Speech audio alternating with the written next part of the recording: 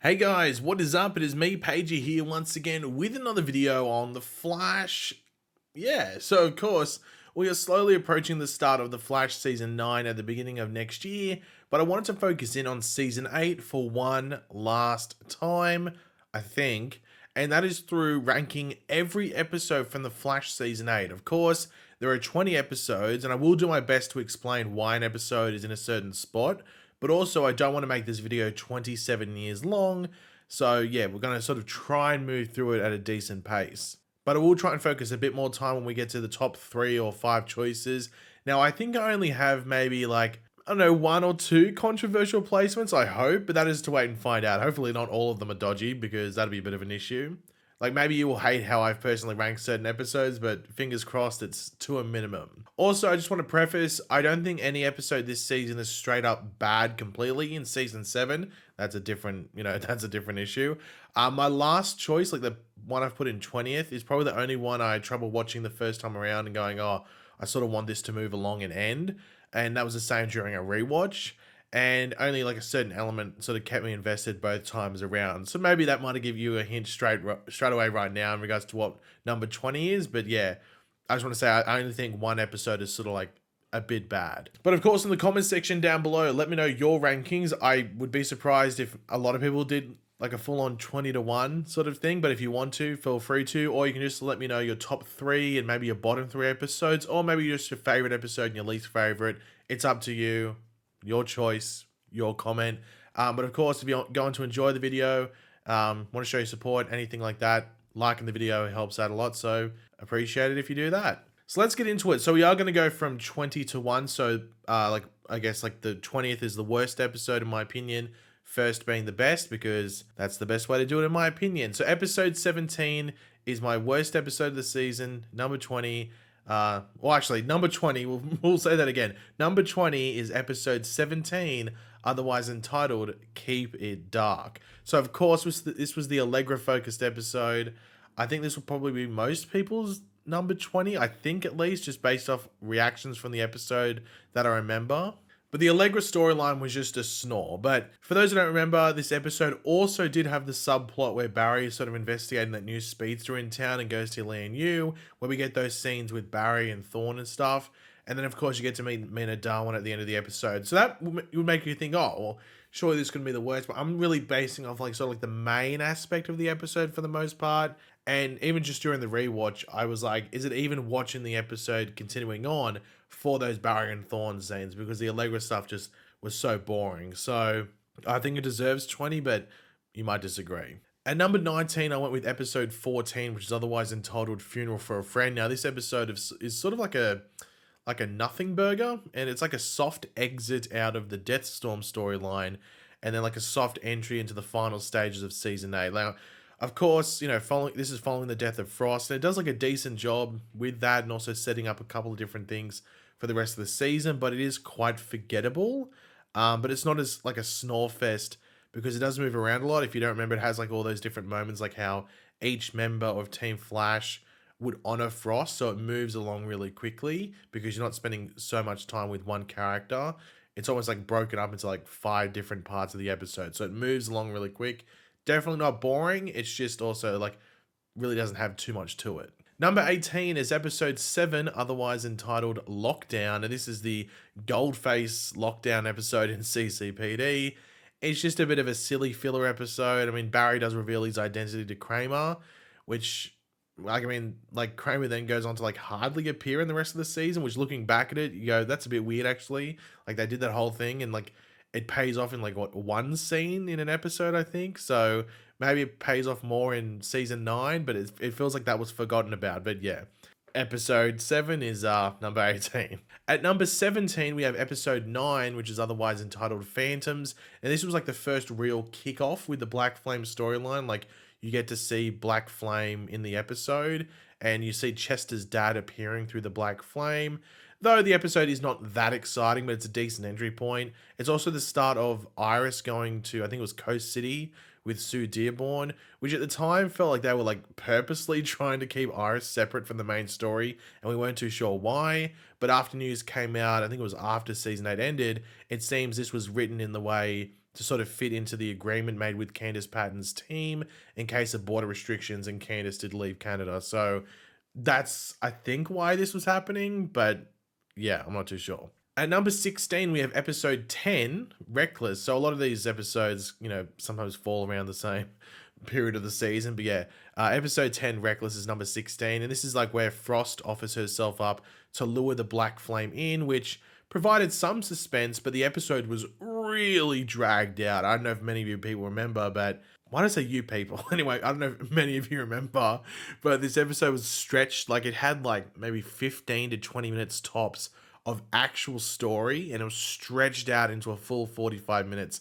It felt like you're missing a couple of subplots or just half an episode as a whole. Like, and you feel it. You're like, what? Whoa! You feel it in this episode, and it was a bit of a hard one to rewatch because I knew that it was being stretched out during the rewatch. Like, during the first time around, you don't really know until you finish the episode. Not much has happened, but yeah, during the rewatch, it was a bit tough. At number 15, we have episode 8, which is The Fire Next Time. Now, this was a solid start to the Black Flame / Deathstorm story. I don't think see Black Flame from memory. But of course, this episode somehow redeemed Jacob Birch, aka I Want My Money, as a character from being a meme to a sympathetic character, which blew me away by the end of it. Now, of course, will that stop people saying I want my money and using that character as a meme? Probably not, because that episode from season 4, I think it is, still exists. But this episode somehow flipped the tables, which impressed me quite a lot, and also has like a cool like horror beginning with the Black Flame stuff as well. So I think it works pretty well. At number 14, we have episode 6, which is otherwise entitled Impulsive Excessive Disorder. Now, of course, this is the impulse and excess time travel fun episode. Now, some people might think, hold on, I think this episode's way higher on the list, but a lot of people do not like this episode. I think on IMDb, it's the second or third lowest rated episode, which surprised me a lot because I thought Impulse and Excess were liked by a lot of people. Now, was the episode amazing? No, it wasn't amazing, but both characters are still fun to be around, and I think it could have been used in a better way to maybe set up something else later in the season maybe, but I guess they also didn't want to change the timeline either at all or in an episode that didn't feature Barry as like the character within that timeline change. Because for those that don't remember, whenever we've done a timeline change, it's of course been through Barry, or we experience it through Barry, which was done even in Armageddon as well. And this will be done through the eyes of Impulse and Excess, so they'll be changing and flipping the board around if they're going to do that. However, this episode does set up like Fast Track Labs, even includes Avery, which was later confirmed to be Avery Ho as well. Maybe we'll see that play out in season 9 as well. I'm not too sure. That's a wait and see. But yeah, it was a fun episode, but you can skip the episode as well. I don't think it's integral to watch in an actual rewatch of the season, but it's still a fun one to watch. At number 13, we have episode 16, otherwise entitled The Curious Case of Bartholomew Allen. And once again, sort of similar to the Impulse and Excess episode, this was just a fun episode that knew it was a bit silly with the general concept. However, it did play into some emotional levels when it dealt with topics like Alzheimer's and dementia, which caught most people off guard, including myself. Found me like tearing up a bit. And there was people that said they actually like, it brought back memories of like family members that have actually gone through this experience. So I think they did that pretty well. I'm not too sure if the people or just the singular person who wrote the episode had gone through that, but I think they did it in a pretty decent way, which touched a lot of people. And I definitely did not expect that going into this episode. So I think that definitely has to be applauded in some way. At number 12, we have episode 5, which of course is Armageddon Part 5. Now, you might be thinking, oh my God, I thought we all loved Armageddon. This is really low on the list. And this episode is still good to watch, but this episode, it just felt like, this is going to be one of my weird analogies, but it feels like the leftover gravy on the plate after like Christmas dinner or a Sunday dinner, whatever it is. Like, you can lick the plate clean. It's going to be tasty. You're still going to enjoy watching it, but was it necessary? Was it necessary to lick the plate? And the answer is, well, depending on the company, I guess. But I just felt like this episode wasn't necessary. I think Armageddon, and I'll probably bring this up again when we talk about Armageddon, like the other episodes, but I feel like Armageddon should have ended with part 4, or could have ended with part 4, and the stuff in this episode, Just could have been used elsewhere, but it's still fun to watch. It's still fun to watch and does set up some little things for later this season or later in season 8. At number 11, we funnily enough have episode 11, which is otherwise entitled Resurrection. And this is another decent episode in the Black Flame Deathstorm story that is pushed higher in this list just by the final 10 minutes or so of the episode alone, with the, I guess, quote unquote, Ronnie return, and then the full on Deathstorm reveal at the end, which I thought was amazing as well. I think this episode plays off pretty well. I think it builds up pretty well to the reveal at the end, or both reveals at the end. And yeah, it was fun during a rewatch as well, because I had forgotten that Deathstorm was the cliffhanger at this episode. For some reason, during the rewatch, I thought it was the beginning of the next episode, because the beginning of episode 12, which we'll eventually get to talk about, it just picks up from the end of this one. But I thought it was the other, like, not the other way around, but I just thought there wasn't even a cliffhanger at the end of this episode, so I forgot you see Deathstorm. So it was a bit of a surprise rewatching it. And at the halfway mark, we are entering the top 10. I was about to say the top 10. The top 10. And at number 10, we have episode 13, which is otherwise entitled Death Falls. So another Deathstorm storyline episode. And this was a solid ending. This was the finale to it. And it was a solid ending to the Deathstorm storyline that made sense, considering who was involved. I know some people didn't like the fact of how, or just how they dealt with Deathstorm, but in regards to how it was all set up and everything like that, I thought it made sense and it played off pretty well. And of course, it also sees the death of Frost, which, though some would argue it's rushed, and I would agree to that to some extent, it still plays out pretty well. But it does sort of leave you with some like unanswered questions about necessarily like what's beyond, if that makes sense, in space where Deathstorm comes from. Is there even more that could come from that, and potentially? So it leaves you with that sort of question mark on it, but it also doesn't leave ridiculous things unanswered. Like, the way they wrap it up still makes sense for the most part. At number 9, we have episode 20, the finale for season 8, which is otherwise entitled Negative Part 2. And it's a decent finale, but it also feels a bit all over the place at the same time. Like, it did a decent job trying to connect back to season 7, though it's maybe not the best one, because not that many people like the Force storyline from season 7, which it's connecting back to. So it makes you question why that connection was needed in the first place. You probably could have gone down a different road. But it's decent. It's fine. Like, I don't think anyone hates it, but at the same time, it just felt like it was rushed in certain places, and there was a lot going on, but also not a lot going on at the same time. I don't think it'd be anyone's like top 3 finales that the Flash has done. So it's fine, but it's definitely not going to get anywhere close to the top 5. At number 8, we have episode 12, Death Rises, the second last episode in the Deathstorm storyline. And this just has us see Deathstorm's reign of terror on Central City. That was really cool to see. And I mean, that whole Ride the Lightning scene with Barry chasing Deathstorm after he took Caitlin, I mean, that's enough to deserve this spot. Like, when you get to see Barry using his powers in that way, awesome. And the VFX was really good as well. The use of the music as well. Awesome. Just awesome. This episode was really good overall. It's probably why maybe episode 13 doesn't feel as good, because this episode was so fun to watch. At number 7, we have episode 3, which of course is Armageddon Part 3. And this is another strong entry into the Armageddon story. But for the main storyline stuff, it is a bit slow. It is just Barry and Black Lightning chilling in the Hall of Justice and going through that whole injustice protocol, because Barry believes he's just losing the plot, and Jefferson or Black Lightning's gonna have to be the one to sort of control him. He's set up person to deal with his powers. But their scenes together are still top tier and work really well together. And it also sets up part 4 of Armageddon really well also. So yeah, if you just sort of had someone explaining it, it's like, oh yeah, it's Barry and Black Lightning just chilling in the Hall of Justice. You're like, okay, not much is really happening there, but just their scenes together just make it a really enjoyable episode to watch. And there's also side stuff going on as well, but in regards to that main stuff, it was still fun to watch. At number 6, we have episode 1, or Armageddon Part 1. And this was a great start to the season, as well as the Armageddon storyline, especially when you consider people's worries heading out of season 7 into season 8. I think this reassured a lot of people that maybe mistakes were learnt from and stuff like that.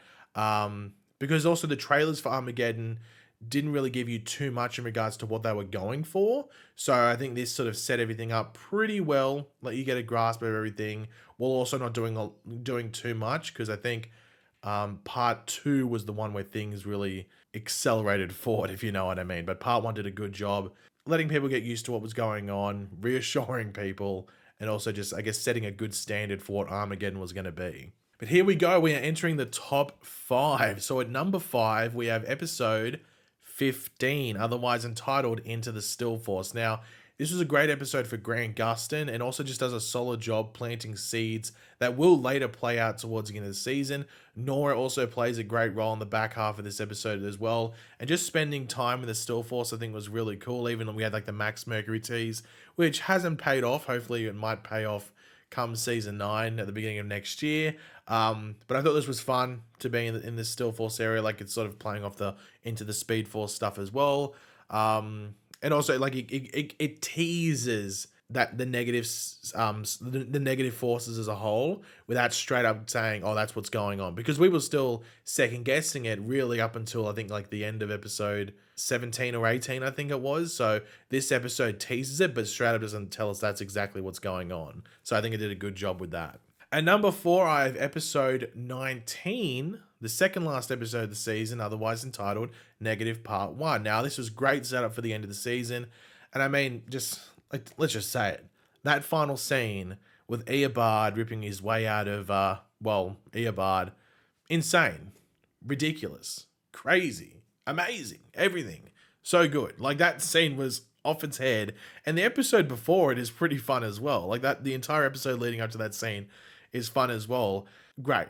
And it was, I think maybe that's why Negative Part 2, the finale, maybe didn't live up to it, because the previous episode was like left you on such a cliffhanger and was a lot of fun as well, building up to that as well. So I think that's maybe why the finale doesn't feel as good as people wanted it to. It's hard to judge whether that's the case or not, because I think the actual finale, episode 20, has its issues. But this episode set a pretty high standard leading into the finale, and just couldn't match it, I guess. But here we go, the top 3 episodes, in my opinion. So at number 3, we have episode 4, or Armageddon, part 4. And I mean, reverse Flashpoint. Like, I never thought that would be a thing. And then this episode came along and went, yeah, it's a thing. And like, you're not only getting Grant's Barry and Tom Cavanaugh's Thawne in this weird confrontation where Thawne is the Flash and Barry is reverse Flash, but you also get to chuck in Neil McDonough's Damien Dark for good measure, and he's playing along with it also. This arguably, as I said before when we're talking about part 5, this should have been where Armageddon ended, and maybe some of the other dangling threads that were in part 5, just got placed in other parts of season 8. But yeah, part 4 of Armageddon is amazing. I think it played off really well from the end of the cliffhanger from part 3, where you see Thawne and Iris getting married. Just weird. And seeing even the future stuff with Ryan Choi and Batwoman and Alex Danvers and all that stuff. Insane, really fun. Lived up to the break, from the end of part 3 into part 4. I think it lived up to it, and also the conclusion. I think that's why part 4 should have been the ending, because even the conclusion of the episode as well. So really good, deserves to be top 3. It might even be people's number 1. I know for a fact it is some people's number 1 episode of the season, and I wouldn't blame you for putting it there. I just think there's 2 episodes that are better, in my opinion. But what are those 2 episodes? Well, at number 2, we have episode 18, aka The Man in the Yellow Tie. And let's just say it, Matt Letcher has still got it. And if you told me they were going to make the Matt Letcher character or Eobard Thawne come back, I would have been like, okay, maybe, but I still don't believe you. But also make the Matt Letcher looking Eobard Thawne into a good guy, I would have said, that's the dumbest thing ever. Get off the crack. Get off the pipe. Put it in the bin. Because I would not have believed you at all. I don't think anyone would have ever believed that in regards to making him a good guy and make it believable. And though we had our doubts at first, this episode convinced us by the end in a great way. And even just the dynamic between Eobard, or Matt Letcher's Eobard, and also Mina Darwan and stuff like that, make it believe that Mina could change this Eobard and not set him down this road of being obsessed with speed. It does a really good job with it in one episode. And of course, I mentioned Mina. We properly learn more about Mina because you're introduced to her at the end of episode 17, but here you get to see more of her, have Barry train her and stuff like that. And it is a shame that this Eobard doesn't really get a happy ending. He gets probably the worst ending possible. I mean, having someone within you rip themselves out of your own skin. It sounds bad. It sounds like a xenomorph, but 20 times worse. Yeah, I wouldn't want that to happen to me. But yeah, if you've been doing your process of elimination, whether it's mentally or on a piece of paper or whatever, you would know what my number one is, and that is episode 2, aka Armageddon Part 2. And this episode was just WTF, what the hell, oh my god moments all around. You have Barry leveling up, doing that insane like electric Pikachu thing. Joe is dead. This is the episode where Joe, like Barry gets that trippy moment where I think Chester tells him that Barry is there, or Caitlin does, and he's like, he freaks out. And then at the end of the episode, straight after we as the audience and Barry learn that Joe is apparently dead, there's that Barry attacking Central City on television. This episode, I don't think, if you don't remember and you're like, oh, part 2 and number 1, that's silly, or even in the top 3, this episode had our minds blown for a week. We didn't know what was going on. We were confused as hell. We were just confused as hell until we got episode 3 the week after, and even that didn't explain everything. It wasn't until episode 4 we learned stuff, so even for another week after, we were still wondering what the hell was going on. The only thing that gave us some reassurance was that at the end of episode 3, we see that Thawne is marrying Iris. So it's like, okay, well, Thawne's behind this all. Thawne's 100% behind this. Even though that was a theory, but the episode sort of pushed us in that direction at the end of episode 3. But after episode 2, we didn't know what was going on. I mean, that twist with Joe was a brain-busting twist. It was the best twist the Flash had done in seasons. Everyone was shook. So good. I personally think, obviously, that this episode is the clear number 1 of the season. Just because of what we love about the show. The twists, the turns, the emotions, the what the hell. Like, what's going on? The unexpectedness. This had it all. And of course, it is really the last 10 minutes, but that's what you remember from this episode. And I think that's the best thing that you take when sort of thinking about them and ranking them, is how did you feel leaving out of the episode? And that's what I remember, and I loved all of it. So I think, in my opinion, it deserves to be number 1 for this season, or for season 8. But yeah, guys, thanks for watching. Hopefully you enjoyed the video. If you did, it'd be awesome if you could drop a like and a show your support. Let me know in the comment section down below your rankings. If you want to do 20 to 1, feel free to. If you just want to let me know your top 3 or top 5 and maybe your least favorite, let me know that in the comment section down below. Very curious to see people's different rankings, because I don't think anyone would have the exact top 5. And my main reason for that is probably, like, I don't know how many people would have Into the Still Force and maybe even the Man in the Yellow Tie. Like, some people might have not even had the Man in the Yellow Tie in their top 5, let alone me having it at number 2. But yeah, let me know your opinions in the comment section down below. Very curious to see how you rank certain things. If you want to give explanations, feel free to. It's not necessary. A ranking is fine. And yeah, if you're new to the channel, make sure to subscribe. And yeah, I'll catch you guys later. Goodbye.